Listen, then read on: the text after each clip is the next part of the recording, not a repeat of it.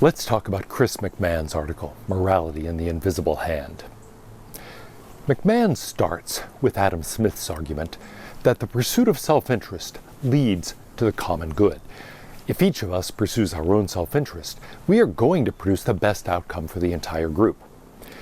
That holds, as we've seen, according to the fundamental theorem of welfare economics, but only under certain conditions. In particular, it will be important that everybody involved is making some contribution to the marketplace, that we are operating in a condition of full information and free competition, and finally, that transaction costs are zero.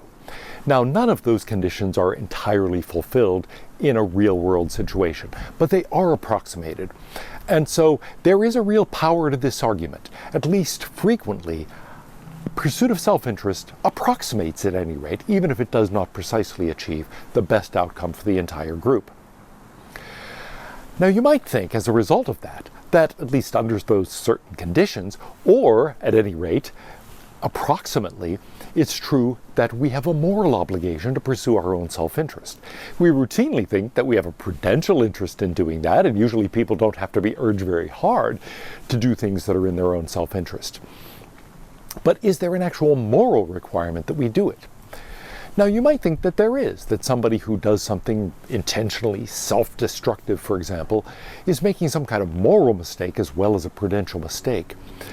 For the moment, however, I want to think about the possible conflict that obtains here between what McMahon calls the implicit morality of the market, the implicit morality that emerges from thinking about the pursuit of self-interest in the context of a situation of free competition, full information, and so on, to achieve the common good, and reflect on the possibility that altruism, as he points out, might have a real moral cost. Ordinarily, we think that sacrificing your own self-interest for the interests of others, to try to promote the good of others, even when it's not in your own interest, we tend to think of that as morally admirable, morally good. But maybe it's sometimes at least morally problematic. And so we need to think about the conditions under which it might be that altruism is actually bad from a moral point of view. Is there a moral requirement that we pursue our own self-interest?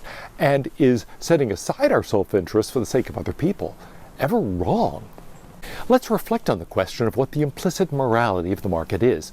McMahon talks about efficiency imperatives, things that are required of us if we are actually to operate successfully in a free market economy. And as he points out, we ordinarily think that morality sets a sort of boundary to our behavior, but that within that we can be free to pursue our own self-interest.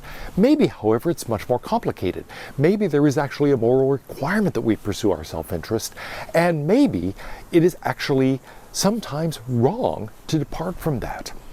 Moreover, it might be the pursuit of self-interest within those constraints actually entails a lot of the boundaries. So we have to think, where are the boundaries that emerge from the market itself, and what additional barriers, if any, have to be imposed? Well, let's begin by thinking about the implicit morality of the marketplace.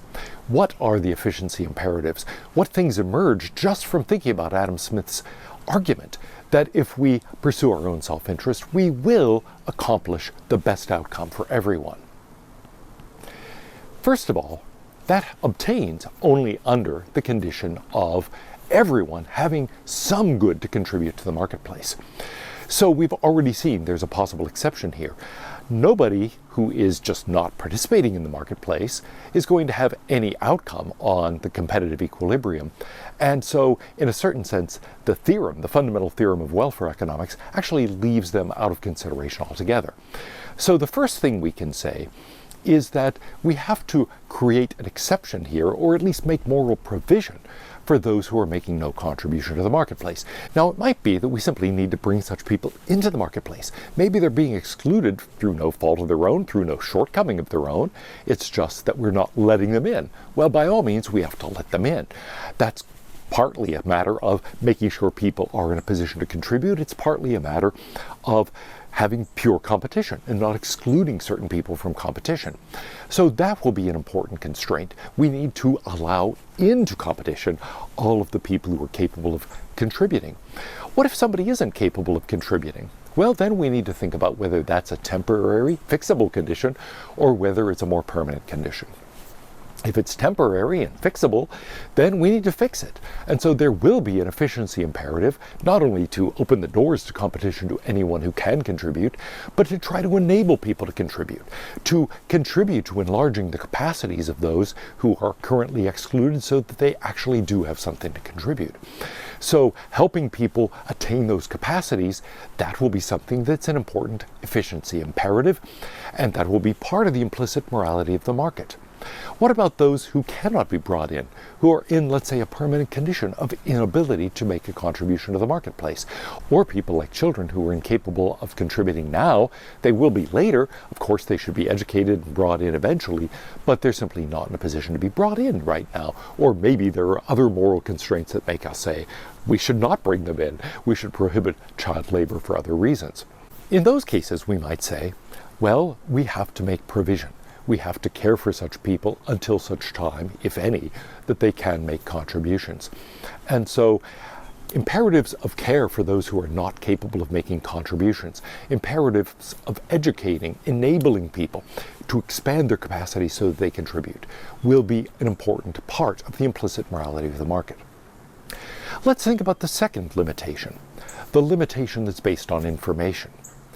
Enabling people to have the information that they need to contribute fully so that their own pursuit of their own self-interest does lead to the good of the group. That's something that will be an important efficiency imperative as well. So we're going to need to enable people to have the information they need. That's going to have a negative aspect. We're going to have to ban deception, ban misleading advertising, for example, deceptive packaging, a variety of other things that involve misleading people, deceiving people, keeping information away from them or giving them bad information. But in addition to that, we're going to have to try to enable people to have information. So education, campaigns where we provide information, those will be part of the implicit morality of the market as well. And it may be there are other things we can argue for on the basis of preconditions for the availability of such reliable and good information. Freedom of thought, freedom of speech, freedom of the press, freedom of association. All of those may be things that are part of that imperative to enable people to have the information they need to make proper contributions. Contributions not only to their own self-interest, but to the interest of the entire group. The third constraint has to do with competition. The competition does have to be pure. We have to have a level playing field. We have to allow people to compete. And that's going to mean no barriers to competition. It will also mean we have to break up monopolies, break up trusts, break up cartels. We cannot allow people to corner the market and keep other people out of the market. So it's going to be important that we try to prevent anti-competitive activities. There is also going to be a positive side to this. We need to encourage competition. We need to actually work at bringing down barriers to entry and try to enable people to compete. This is going to mean, among other things, that we have to prohibit coercion. Because, after all, people aren't making free choices in pursuit of their own self-interest if they're being forced into things. That will be a broad, blanket thing that will include lots of moral prohibitions. You may not coerce people. You may not kidnap them, enslave them, steal from them, murder them, harm them in various ways. Those are going to be constraints that we'll have to supply because we don't want coercion. We don't want people to be forced into things. We don't want people to be prevented from competing by being killed, for example, or having their right to property abrogated. So those are going to be important constraints. Finally, there's a consideration about transaction costs. The theorem that competitive equilibria are Pareto optimal holds only if transaction costs are zero. Now, in a real-world economy, that's never quite true, but we can make it more true. We can try to remove barriers to exchanges. That's going to mean there will actually be a moral imperative against things like red tape, bureaucratic regulations, high taxes on transactions. That means sales taxes. That means income taxes, perhaps. That means taxes on economic trades of all kinds.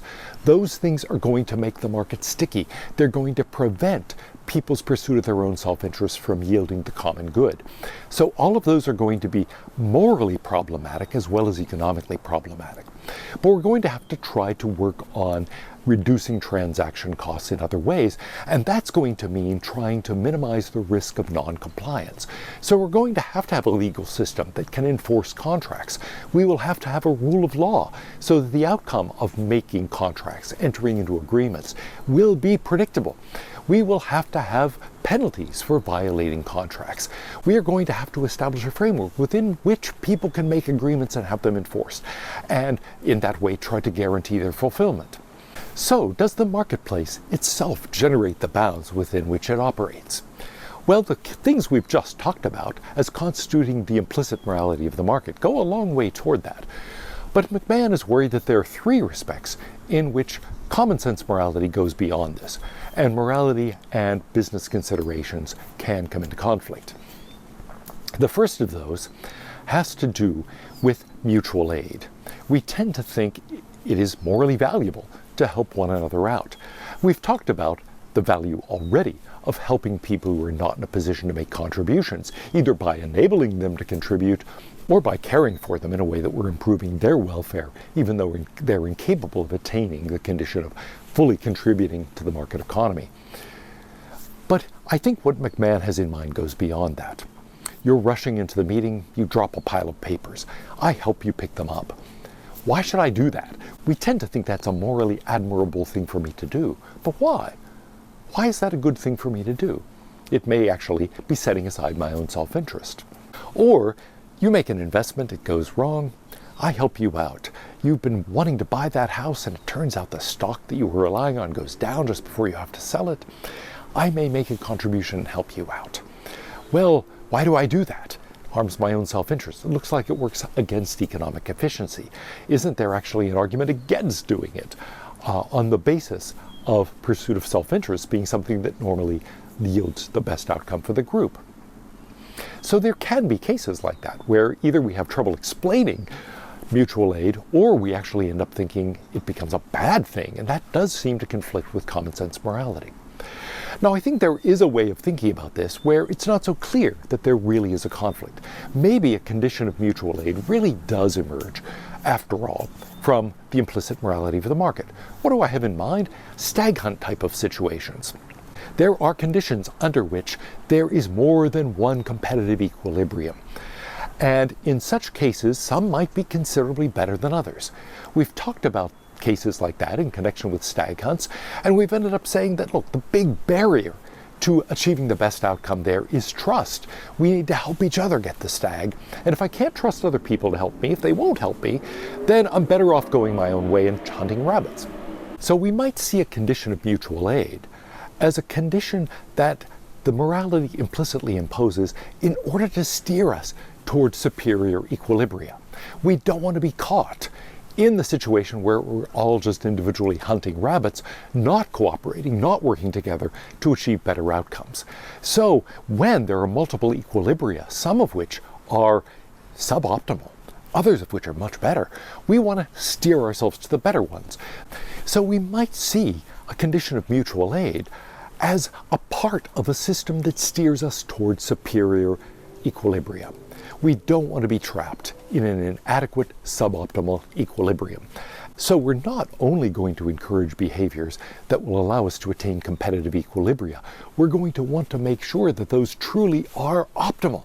And in order to do that, we're going to have to try to encourage people to trust one another, to enter into agreements with one another, to cooperate with one another. And so a condition of mutual aid might be part of that general attempt to encourage cooperation. The second thing that he's worried about is non-maleficence. We have a general moral consideration against harming other people. Now, insofar as harm would constitute coercion of some kind, or elimination of someone, or limitation of someone's activity in the marketplace, then that is something that emerges from the implicit morality of the market. We already have considerations about why it would be wrong to steal, or to imprison, or to kidnap, or to enslave, or to kill someone.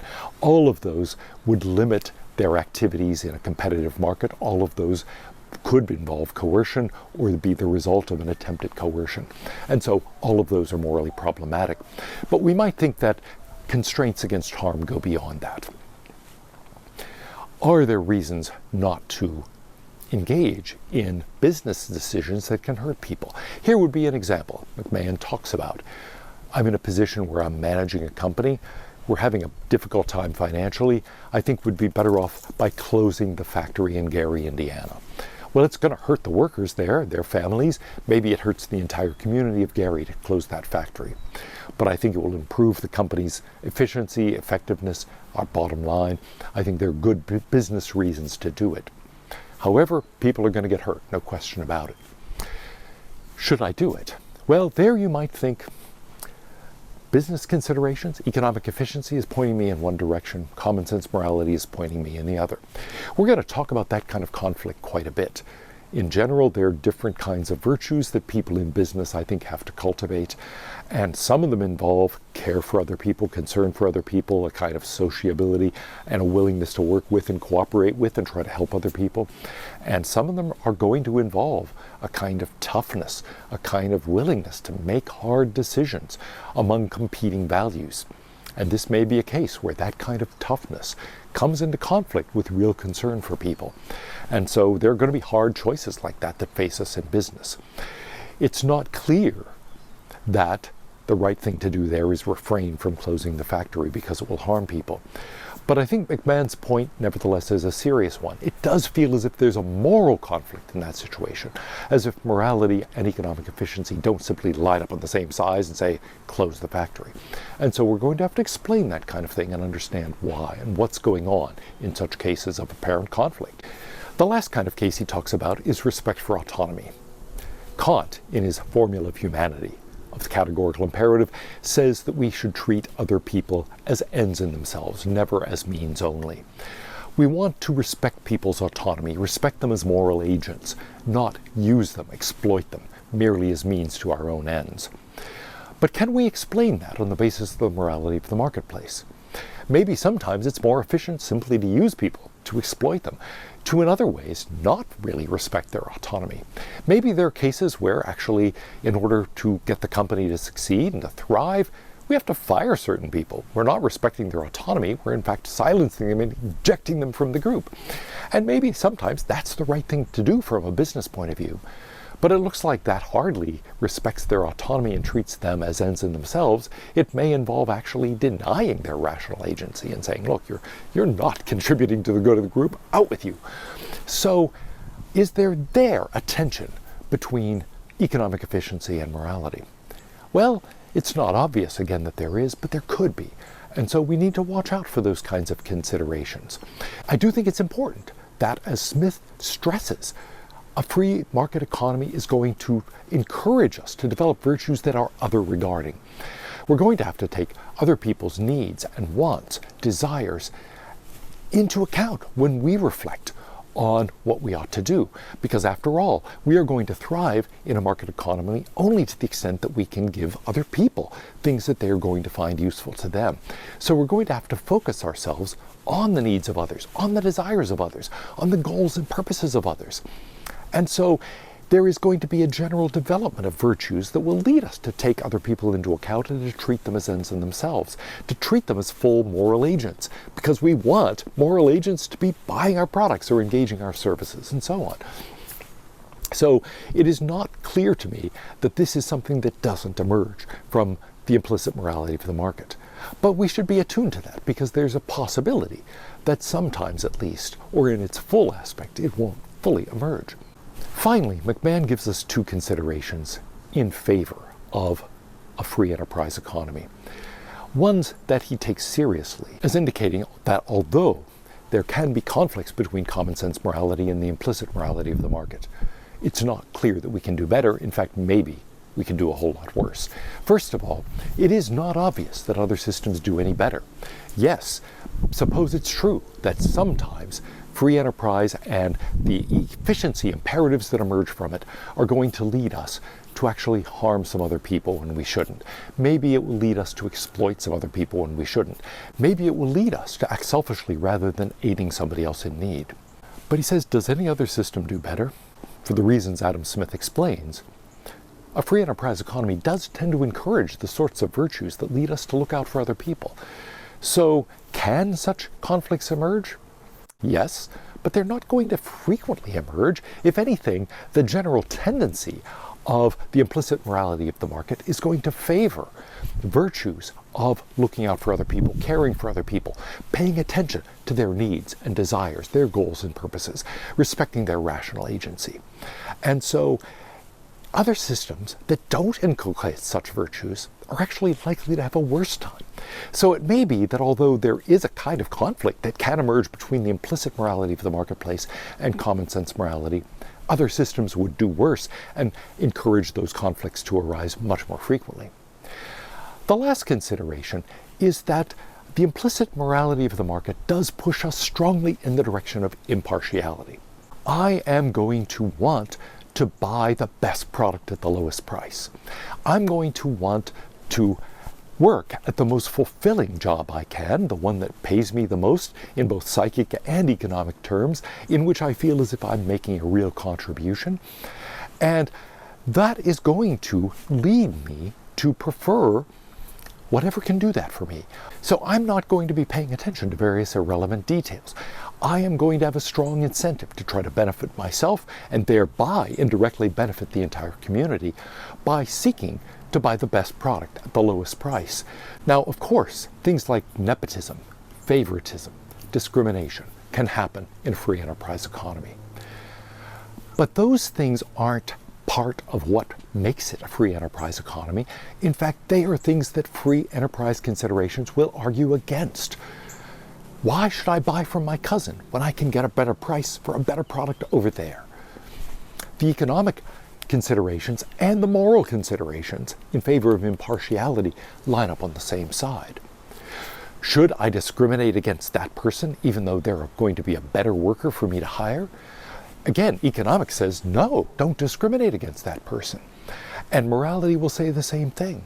So this is not a case of the implicit morality of the market and morality as we ordinarily conceive it coming into conflict. Quite the contrary, they're on the same side. And in fact, it's not very clear that any other system of economic organization can so thoroughly and so completely promote an ideal of impartiality. So the wrongness of discrimination, the wrongness of nepotism, of favoritism, and so on, all of those are going to be part of the implicit morality of the market. Now, does an actually existing market entirely fulfill them? No. But at least the economic considerations and the moral considerations line up on the same side. The moral constraint that we judge people on the basis of relevant considerations and ignore the irrelevant ones, that we do not discriminate, that we do not play favorites, those are going to be part of the implicit morality of the market. And it is not clear that any other system of economic organization has that advantage. In fact, it seems clear that most of them don't. Most of them do involve playing favorites. People in power give advantage to other people in power. And so you might say, look, this emerges as a very significant argument in favor of a free enterprise system. It alone, it seems, or at least more strongly than any other system, promotes a moral ideal of impartiality, and in that way, equal respect for all rational agents.